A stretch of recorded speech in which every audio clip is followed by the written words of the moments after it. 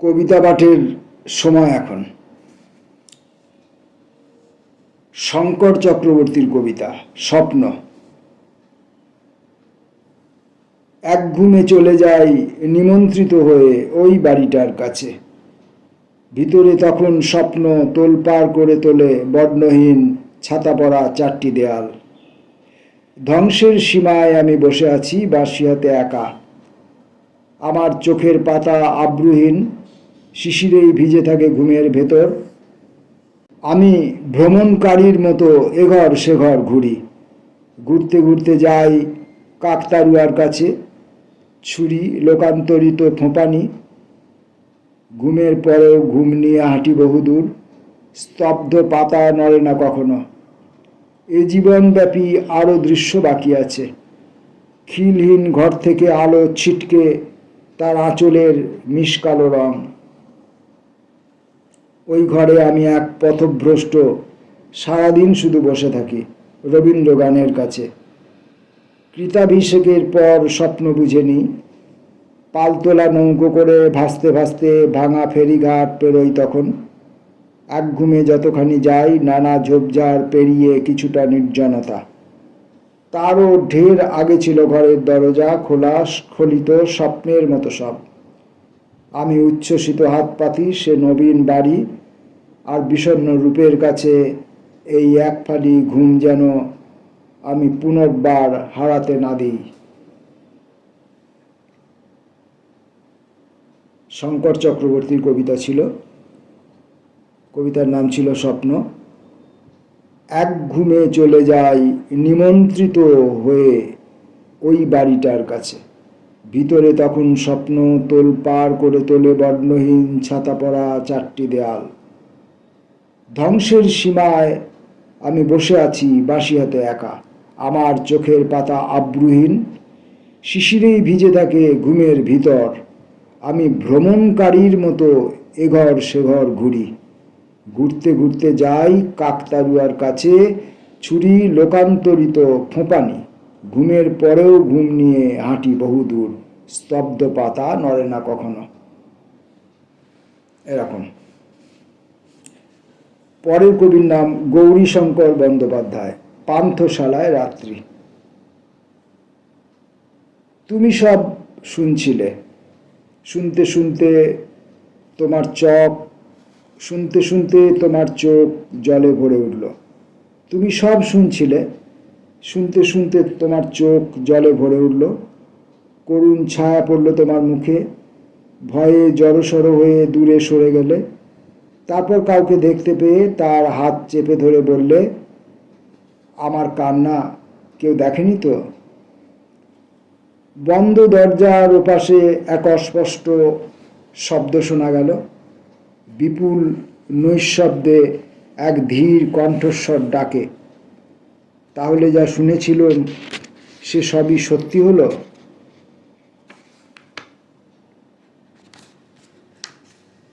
পুনশ্চের কয়েকটি কথা আজ মনে পড়ছে। তবে বুঝতে পারছো, এতদিনে মাঝরাতে মৃত শিকড়ের মতো এক সূক্ষ্ম রেখা ছিল, তাই কোথাও অধীনতা ছিল না। এতদিনে মাঝরাতে মৃত শিকড়ের মতো। পুনশ্চের কয়েকটি কথা আজ মনে পড়ছে। তবে বুঝতে পারছো, এতদিনে মাঝরাতে মৃত শিকড়ের মতো এক সূক্ষ্ম রেখা ছিল, তাই কোথাও অধীনতা ছিল না। পান্থশালার রাত্রি যেভাবে কাটল সে কথা কাউকে কোনোদিন বলাও যাবে না। উৎপল ঝার কবিতা, কবি উৎপল ঝা। ঝড় ঝঞ্ঝার মাঝখানে। বসেছিলেন নত মুখে হতোদ্যম। হঠাৎই উঠে দাঁড়ালেন তিনি। সব হুল্লোড় হুলস্থুল মুহূর্তে গেল নেমে।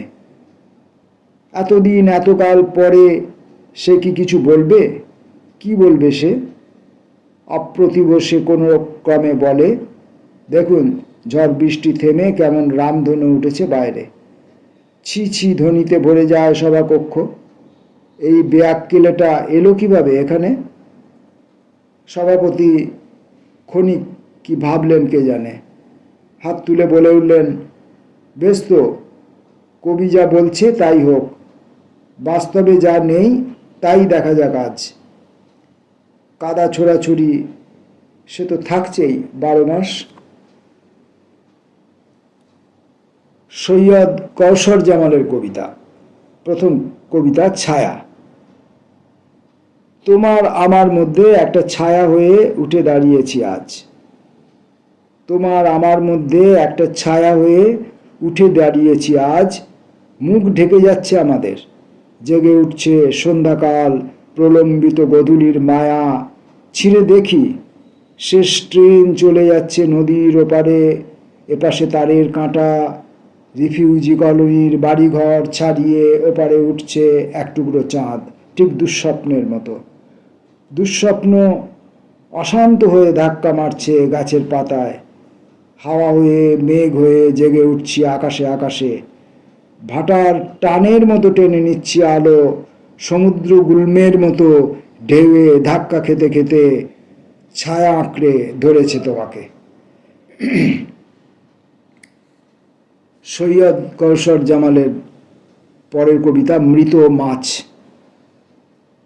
তোমার আমার মধ্যে যে স্তব্ধতা বসে আছে, তার চোখ দুটো করুণ ফ্যাকাশে, যেন এক মৃত মাছ, নৈরাশ্য সব দেহবাহী। আগুনের স্পর্শ পাবে বলে সাজিয়েছে চিতা, চিতার মতোই আজ জ্বলে উঠতে চাই। শোঁ শোঁ শব্দে বাতাস উঠেছে, ভীত তুমি সরে যাচ্ছ দূরে। অন্তত একবার কথা বলো, অন্তত একবার কথা ভেঙে দিক কাচের আড়াল। বদলে কাচের কালো গাড়ি, মৃতের শরীর দেখি ফুলে উঠছে ধীরে। কথা শুধু বাতাসের, আগুনও চিতার কাঠ ফাটানোর শব্দে ভরে তুলছে চারদিক। আমাদের থেকে দূরে গিয়ে জীবন এখন ডানা ভাঙা চিল হয়ে চেয়ে আছে আকাশের দিকে। অন্তত একবার কথা বলো, অন্তত একবার কথা ভেঙে দিক কাচের আড়াল। বদলে কাঁচের কালো গাড়ি, বদলে কাঁচের কালো গাড়ি নাকি বদলে কাঁচের কালো গাড়ি? অন্তত একবার কথা বলো, অন্তত একবার কথা ভেঙে দিক কাচের আড়াল। বদলে কাচের কালো গাড়ি, মৃতের শরীর দেখি ফুলে উঠছে ধীরে। কথা শুধু বাতাসের, আগুন ও চিতার কাঠ ফাটানোর শব্দে ভরে তুলছে চারদিক।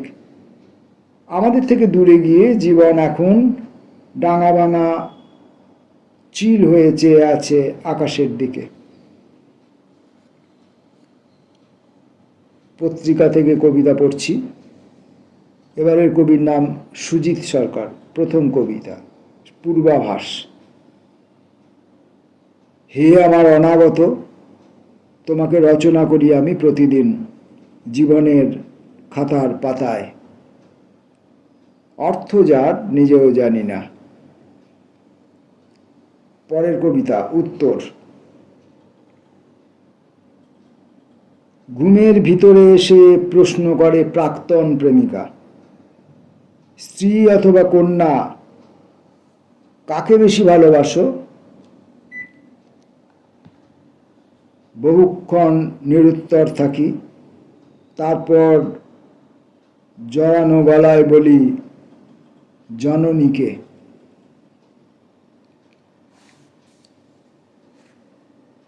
সমরেন্দ্র দাসের কবিতা সে বন্ধুকে। সে চেয়েছিল অক্ষর খুঁটে খুঁটে নতুন বর্ণমালা দিয়ে আলোর পাণ্ডুলিপি সাজাতে। মন ফকিরের ঝুলির ভিতর হাত ডুবিয়ে অলিক আর বাঁশিটি তুলে নিতে। বিজ্ঞাপন প্রাসাদের দরদালানের মধ্যে অন্য এক সুরের প্রতিধ্বনি তুলতে। বিবর্ণ ক্যালেন্ডারের পাতা উল্টে যেতে তার কথাই মনে পড়ছে আবার। কুয়াশা চাদর আর চন্দ্রকণা আলো পোড়া মাটির মন্দিরে জড়িয়ে গিয়েছে। হৃদমাজারে এসব দৃশ্য তোলা ছিল তার, আর বাউলের তন্ময় সঙ্গীত। ভাষা দিয়ে বানানো মেঘ ও রৌদ্রের ছোট গল্প, ভাষার কুচকাওয়াজ, উড়ো বৃষ্টির সঙ্গে সিগারেট ছায়ের অন্ধ ইতিহাস ঢেউ তুলছে বারবার। নোঙর তুলে তার সপ্ত ডিঙা চলে গেল অজানা বন্দরের দিকে। আজ শুধু কলম আর সাদা কাগজের হাহাকার চারদিকে। সে চেয়েছিল শুধু সোজা উল্টো নকশি কাঁথার ফোঁড়ে জীবন গাছটাকে তুলে ধরতে, শত শত পদ্মপাপড়ির মাঝে জন্ম দিতে বিজ্ঞাপনী ভাষাকে। রথিনকরের কবিতা অদৃশ্য স্বপ্নের বাগানে। চেনা এবং অচেনা জগতের মধ্যে বসে থাকেন অদৃশ্য কারিগর। পরিচিত যাপনের মাঝে অচিন জীবন, পরিজ্ঞাত মৃত্যুর আগে অনেক মরণ স্বাদ প্রচ্ছন্ন অজ্ঞাতবাসে। রাংতামোড়া শোক লুকিয়ে রাখি আস্তিনে, ক্রোধ হয়ে জ্বলে ওঠে নপুংসক চলন। সুভাষ মুখোপাধ্যায়ের সেই ঘোড়াগুলো আর বাঘের মতো খেলছে না হে। ঈশ্বরের বাগানে কিছু গাছ লাগাবো, কোনোটি বৃক্ষ হবে হয়তো, ফুল দেবে, ফল দেবে, আশ্রয় দেবে পাখিদের। প্রার্থিত সুশীতল আরাম প্রাকৃতিক শৃঙ্খলে বাঁধা থাকে কারিগরের সুষম হাটে। চেনা অচেনা ঝড়কার আড়াল ছিঁড়ে জবা কুসুম সংকাশ ও পবিত্র আলোর রং মশাল কখনো অদৃশ্য স্বপ্নের সযত্ন বাগানে।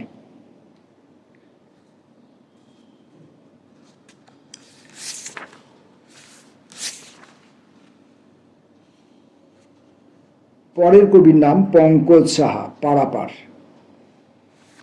সময়ের ওপার থেকে আমাকে কেউ ঠেলে দিয়েছিল এপারে, জন্ম সম্ভব উপত্যকা থেকে জীবন তরঙ্গে। তরঙ্গের পর তরঙ্গ ভাসিয়ে নিয়ে যাচ্ছে সময় সীমার এই অস্তিত্বকে। ভাসতে ভাসতে কোথায়? আবার কি কেউ ফিরিয়ে নেবে সময় সীমানার ওপারে? অস্তিত্বের পারাপার শুধু কি একবারই? আমি কি এসেছিলাম সময়ের কোনো পারাপারে? কবির নাম দীপক লাহিড়ী। শেষে ডুবলে পরে রতন পাবে, ভাসলে পরে পাবে না। এ গান মেঝেতে খড় বিছিয়ে যে বাউল গাইছিল, তার গলায় তখন বসত বিছিয়েছে সংক্রান্তির মেলা। কুপি আলোর ফাঁকে ফাঁকে কেবলই আলোচ্ছায়া, সে গানের বাগানে ফুল আর গন্ধ। হাতের গাবুযন্ত্রে বেজে উঠছে আত্মরূপী সুর, বাইরে শীত শিহরণে দর্পণে মুখ দেখছে চরণদাসী। কুল নদীর ঠাঁই পেতে মাছ দরিয়ায় মাঝি হাঁকছে, অন্ধকার ধীরে ধীরে বিলুপ্ত হয়ে যাচ্ছে সন্ধ্যারাত্রির বুকে। গোপনে গোপনে নিত্য যাতায়াত চলছে শ্যামকালার। পল্লবিনী রায় হারিয়ে যাচ্ছে বৃন্দাবনের নিকুঞ্জ বনে। অমন পাগল পাড়া রূপ অসহায় মিলন প্রত্যাশী। অজয়ের কোলে এসে আজ তার যাত্রা শেষ পালা। খ্যাপার গানে সুর উঠছে দমকে দমকে, ঠান্ডা স্পর্শে আঁকিবুকি কাটছে হাওয়ার জাফরি।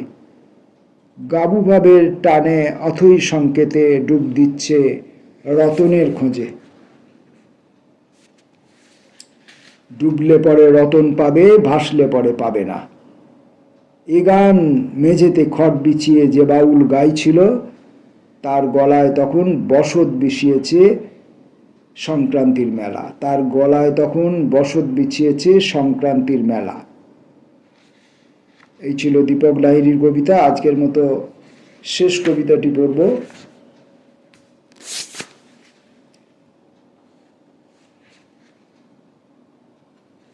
গৌর খাঁড়ার দুটি কবিতা।